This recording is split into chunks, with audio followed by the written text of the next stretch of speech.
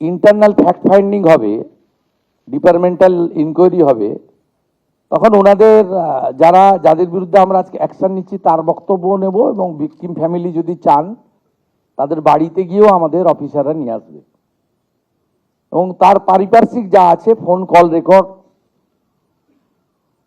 WhatsApp chat, এগুলো আমরা পরে পরে বের করব। তখনকার যারা অফিসাররা ছিলেন তাদের সঙ্গে কাদের কাদের কথা হয়েছে,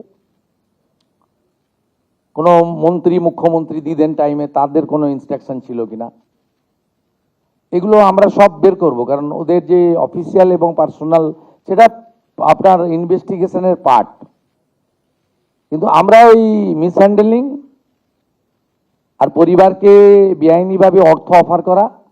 শুরু থেকে অভয়ার পরিবার প্রশ্ন তুলেছে পুলিশের ভূমিকা নিয়ে, এবং তারা বারবার যেটা বলেছে যে বিচার এখনো অধরা। আর আজকে যখন রাজ্য সরকার এই কঠোর পদক্ষেপ নিয়েছে, তখন অভয়ের মা আর কি বলছেন শুনুন। টাকা দিতে চেয়েছিল ওর বাবাকে, সেইটা পরে বলা হয়েছিল যে আমাদের ওসব কোনো বলাই হয়নি, এটা বলো তোমরা, তাহলে তোমরা মেয়ের বিচার পাবে। যে টাকা দিতে চেয়েছিলেন, তারপরে আপনাদেরকে দিয়ে আবার ভিডিও করিয়ে বলিয়ে নেওয়া হয়েছিল যে এরকম কোনো বিষয় না, এরকম কোনো বিষয় নয়, কোনো টাকা পয়সা আমাদের দিতে চাওয়া হয়নি।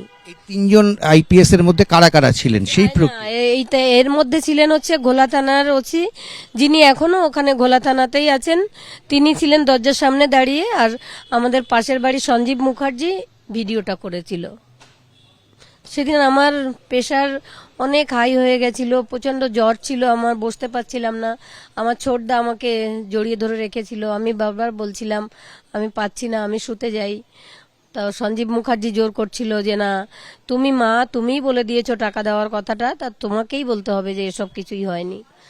এতটা কষ্ট পেয়েছি আমি, তবুও আমি হাল ছাড়িনি।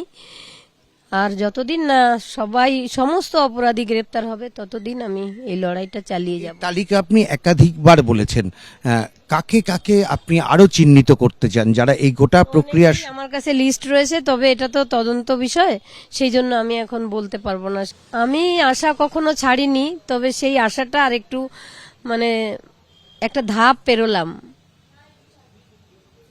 এখানে অনেক বড় বড় মাথারা জড়িয়ে রয়েছে, ঠিকঠাক তদন্ত হলে অনেকেই অপরাধী এখানে, তবে কেউ অপরাধী এবং কেউ অপরাধকে আড়াল করেছে। যেমন আমাদের মমতা ব্যানার্জি সমস্ত দোষীদের আড়াল করে রেখেছেন সবসময়। কেন?